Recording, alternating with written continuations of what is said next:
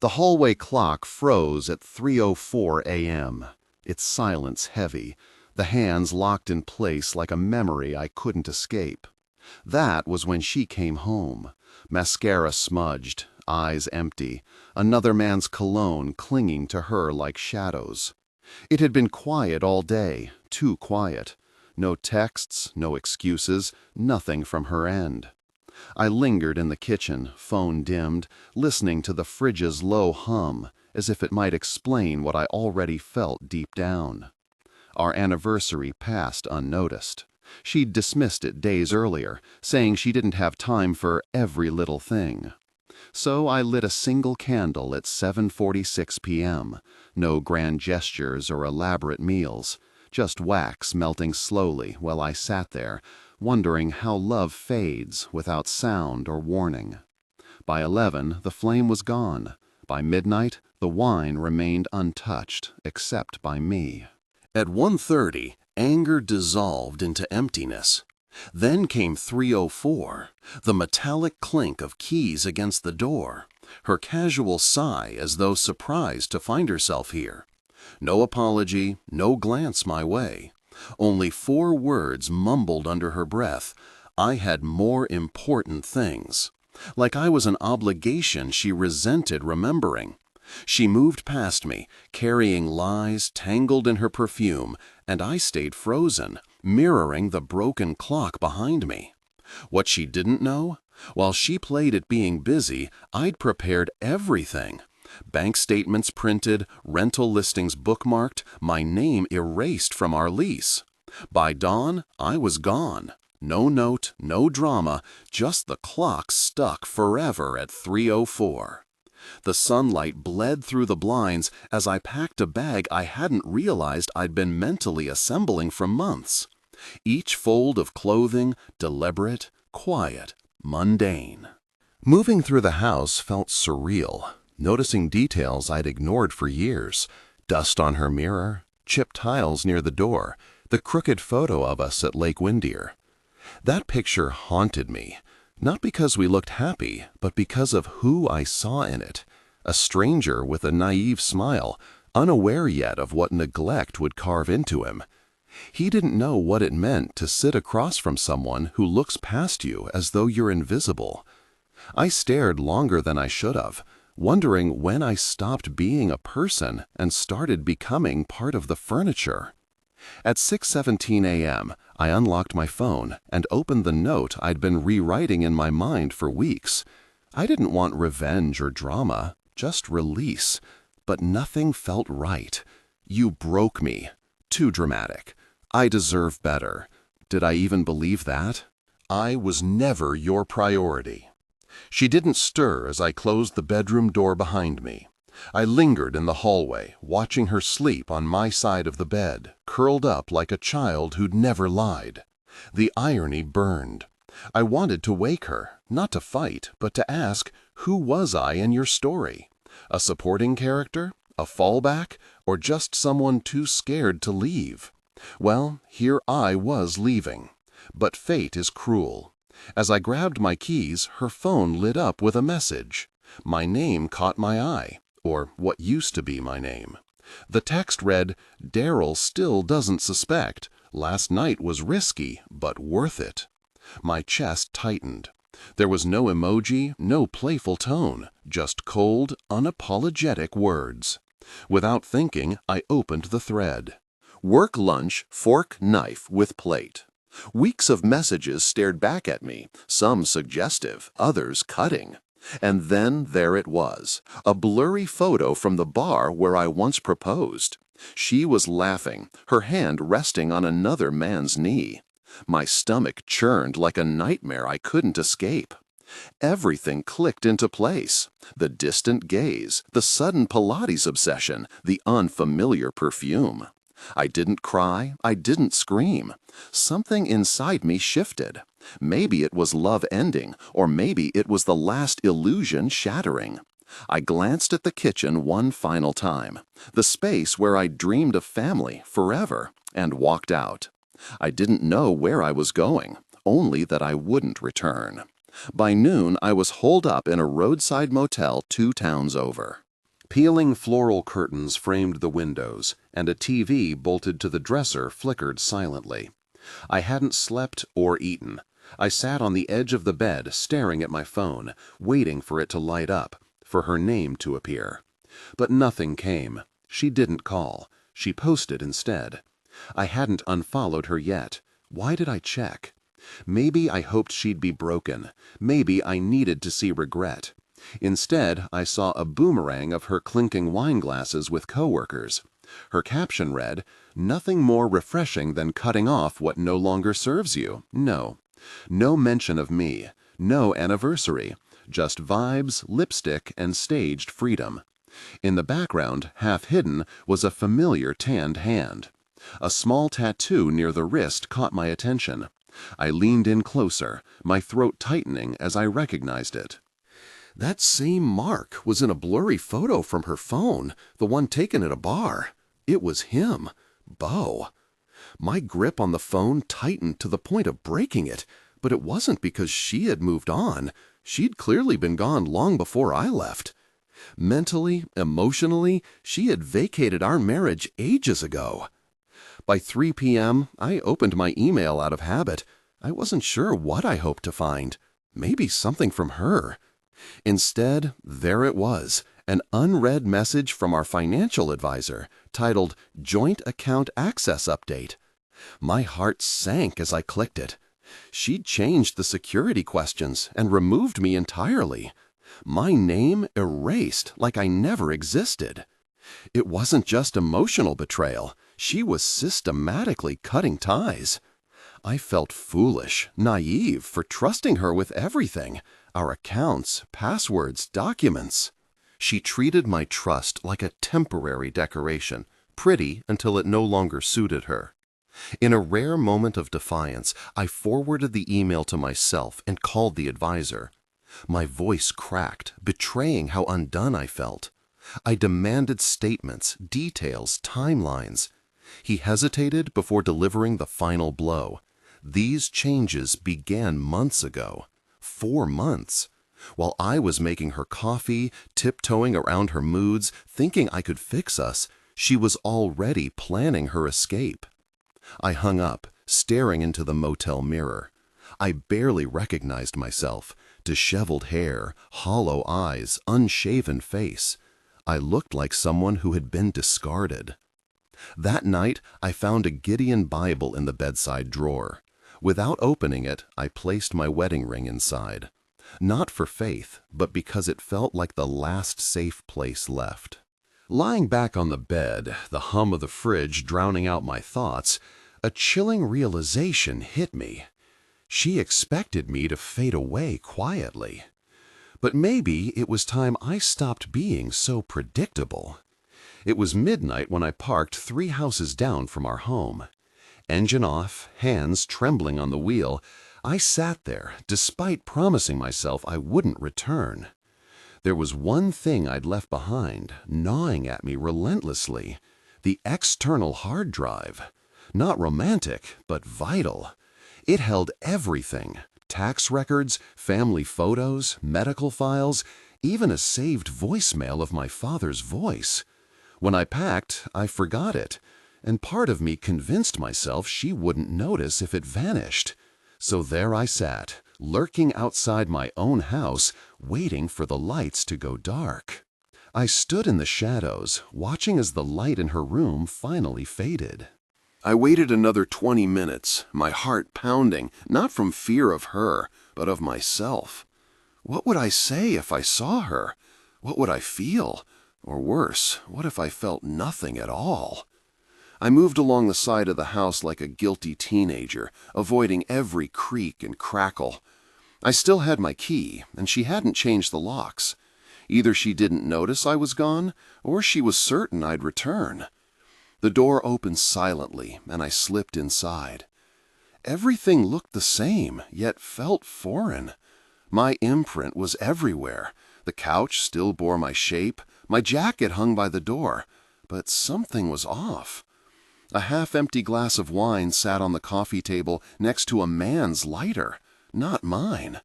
My chest tightened. The air smelled wrong, thick with a sharp musk I didn't recognize. This wasn't my home anymore. But I didn't linger. I moved quickly to the office, grabbed the hard drive, and shoved it into my bag. That's when I noticed the envelope on the desk. It had my name scrawled across it, just you. I shouldn't have opened it, but I did anyway. Inside were 2 folded papers. One was a screenshot of a bank transfer I'd made before leaving. In red pen, she'd written, "Didn't even have the guts to talk." The second paper was a list, a chilling to-do list. Half the items were checked off: cancel joint card, lawyer consultation. Others were ominously incomplete: get ahead of story, prep emotional abuse angle. I sank into the chair, stunned. She wasn't just moving on, she was strategizing, crafting a narrative where I was the villain before I could even speak. The woman I once begged to go to counseling was now rehearsing lies. I should have left then, but something pulled me to the bedroom door. I cracked it open. She lay asleep, alone, on my side of the bed, clutching her phone like a lifeline. Even in sleep, she seemed distant, unreachable. I wondered who she'd been texting before drifting off. I didn't wake her. Instead, I whispered the truest words I'd ever spoken in our marriage. "You win." Then I walked out. This time, I locked the door behind me. I spent the night driving aimlessly. No GPS, no destination, just headlights slicing through the darkness and thoughts spiraling endlessly. Every time I closed my eyes, that list flashed back. Emotional abuse angle. Circled in ink, mocking me like the punchline to a cruel joke. She was shaping the story, controlling the narrative. And me? What was my story? Who would listen? My wife cheated and made me feel invisible. Who would care? I parked at a gas station near Pine Hollow and stayed in the car for nearly 40 minutes. A trucker passed by, glancing at me as if debating whether to intervene. I must have looked wild, pale, wide-eyed, clutching a hard drive like it was a lifeline. And maybe it was, because inside were 10 years of evidence. Not just files and receipts, but photos, voicemails, videos, me reaching out, her pulling away, me planning, her canceling, me asking, her ignoring. I no longer just wanted to leave, I wanted the truth. Not for revenge, not to win, but to exist. I didn't want her to erase me with a polished story and a lawyer who only heard her side. She could deceive, she could manipulate, but she couldn't rewrite me without a fight. So I copied everything onto 2 drives, one for me, one for my lawyer. Yes, I finally hired one, a woman named Marn, sharp-edged and unimpressed by drama. I liked her immediately. I told her everything, even the parts that made me look weak. She didn't flinch. "We're not here for pretty victories," she said. "We're here so you don't get crushed." The next 72 hours blurred together. I stayed invisible. No contact with Tessa. No social media. Marn warned me not to engage if she reached out. Sure enough, on day 3, my phone buzzed. Not a message, but a tag. Tessa had posted a photo of our wedding rings in a puddle, captioned, "Healing starts with goodbye." I stared at the comments flooding in. "Proud of you. You deserve peace. He was always too much." I wasn't angry. I was humiliated. She was winning through silence. But her plan had one flaw. Me. I hadn't crumbled. I'd adapted. I wasn't the broken version of myself anymore. I was watching, gathering, building, not to destroy her, but to protect myself. That night, I drafted a post, a black screen with one line. Sometimes silence isn't peace, it's survival. No tags, no names, no responses to the messages it drew. But I knew she saw it. How? Because less than an hour later, she called. I ignored it. She texted. I didn't read it. Instead, I turned off my phone, lay back on the motel bed, and smiled for the first time in weeks. Now she was chasing me. When she arrived, it was raining. Not the dramatic kind, just a cold drizzle that weighed everything down. I heard the knock before I even glanced at the window. Soft taps, as if she hesitated to be there, as if she didn't expect me to answer. And truthfully, I almost didn't. Standing behind the curtain, I watched her. No umbrella, just her hoodie pulled up, drenched through. She wasn't crying, but something about her seemed smaller, like reality had finally caught up in a way she wasn't prepared for. I didn't open the door immediately, letting the silence stretch between us. Then came another knock, firmer this time. "Daryl," she called out, her voice muted by the rain. "I know you're in there." Of course she knew. She always did. That's what people like her do. They rely on your predictability. I cracked the door open slightly, just enough to see her eyes. They looked weary, not guilty or apologetic, just burdened. "Can I come in?" she asked, as though it was her right. "Why?" I replied. The question threw her off, not because it was harsh, but because it was sincere. She was used to my compliance, my willingness to make room even when she didn't. "I think we need to talk," she said. I opened the door fully and stepped aside without a word. She entered slowly, scanning the motel room with a flicker of disdain. Still in her designer jeans and polished boots, she carried herself like nothing had changed, like she'd walked straight from pretending her life was perfect. Without asking, she sat on the edge of the bed. Typical. "I've been thinking," she began, hands clasped in her lap, "about everything." I stayed silent, arms crossed, standing across from her, waiting. "I know I've made mistakes," she continued, "but what you did, leaving, taking the money, disappearing, that was cruel, Daryl. You blindsided me." I almost laughed. Blindsided her. "I didn't cheat," she added quickly, as if that detail mattered more than resolution. "Yes, there was someone I talked to, someone I may have grown close to, but nothing happened. You don't have proof beyond that." There it was, the rehearsed script, ready for an audience of friends and family. Her tone was calm, calculated, already halfway through her act. I remained silent. "Maybe we both needed space," she said, softening her voice. "We can figure this out. Things were broken, but we owe it to ourselves to try." "You had a plan," I interrupted. "You plotted how to ruin me if I reacted. You wrote down an entire story, emotional abuse, calling me intense, twisting my pain into a weapon." Her face shifted, subtle yet undeniable, the look of someone caught in the light. "You went through my things," she spoke softly, as if that itself was the betrayal. "You left it out on purpose. I knew you wanted me to find it." She rose slowly, her body rigid, defensive. "You're twisting this again. You always do." There it was, the angle, the manipulation. But this time, I didn't fall for it. I walked to the door and held it open. "You came here thinking I'd forgive you before your court date?" I spoke calmly. "But I'm done being the villain in your story." She didn't move. For a moment, I thought she might scream, cry, beg, but no. She grabbed her bag, adjusted her damp hoodie, and walked out as though she was the one wronged. I shut the door behind her.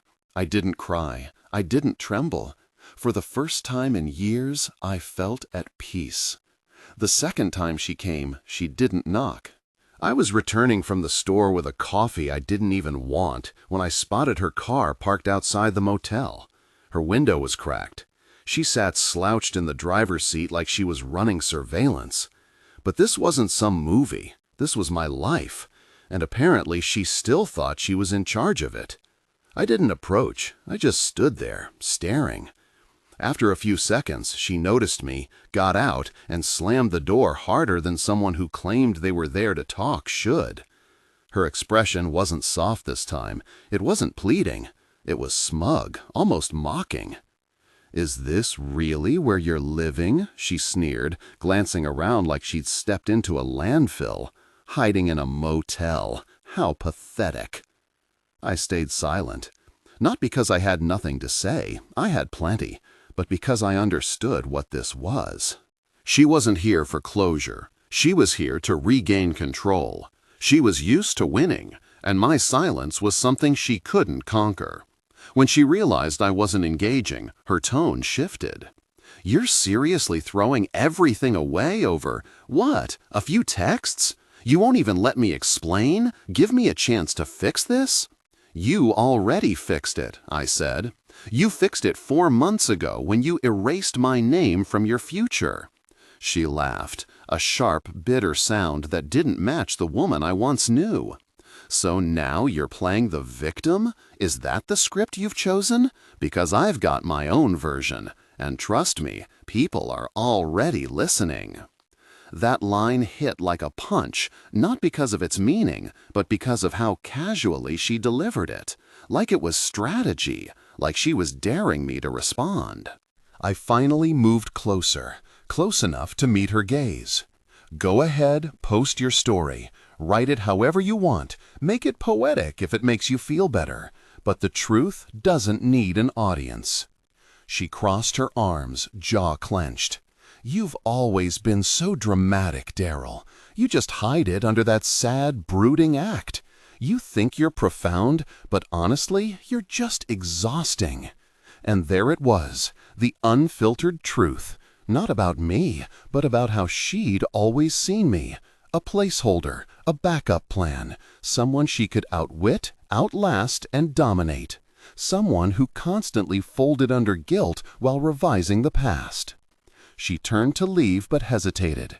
"You should know something," she said, her voice barely audible. "That wasn't just some random guy. He's my boss. If you leak anything messy, it could cost him more than it would me. So think before you make this ugly." I didn't respond. I didn't move. I just stood there, watching her walk away again. But this time, it didn't hurt. She wasn't a mystery anymore, just someone who traded integrity for control and lost both in the process. When she drove off, I went back inside, shut the door, and opened my laptop. Not to retaliate, not to smear her name, but to upload everything, records, emails, screenshots, into a secure folder my lawyer could access if needed. I wasn't preparing for war, but I wasn't surrendering either. People like her don't return to fix things. They come back to rewrite them, and I was done being edited. 3 weeks later, I found myself walking past our old house. It wasn't intentional. My feet just carried me there faster than my thoughts could catch up. The blinds were closed, the grass overgrown, her car absent from the driveway. For a moment, I wondered if she'd moved out or if the house simply felt hollow without someone to dismiss. I stood across the street, not hiding, just observing. And do you know what struck me? There was no hate, no bitterness, only stillness, as though I'd finally stepped out of the noise and closed the door behind me. My lawyer called that same day. The paperwork was finalized. Everything split cleanly, simply. No courtroom drama, no dramatic confrontations. Turns out, when you stop begging to be seen, people lose their power over you. I found a small place near the water. Nothing fancy, just a 1-bedroom with a crooked balcony and a landlord who remembers your name. I started drawing again, nothing professional, just quiet sketches of ordinary things. Trees, hands, keys. I even sketched the broken wall clock from our hallway, forever frozen at 3:04 a.m. I pinned it to my wall as a reminder. That was the last minute I accepted less than I deserved. One evening, an email arrived. No subject line, no greeting, just 2 sentences. "I wish you would have fought for me. I didn't think you'd actually leave." I stared at it for a while. Not because I wanted her back, I didn't, but because, for the first time, she saw me not as an option, but as someone who had a choice. I didn't reply.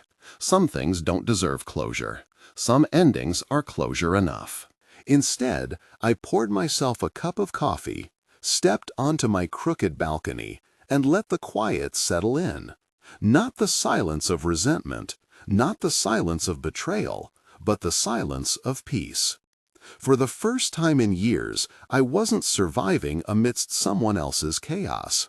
I was building something of my own, not to prove her wrong, but because I finally stopped trying to prove I was enough. Thank you for accompanying me throughout this entire journey. I'm eager to hear your thoughts. What part of this story resonated with you the most? Was it the quiet tension, the sense of betrayal, or the surprising calm in the final moments? Share your reflections in the comments and stay tuned for more stories like this.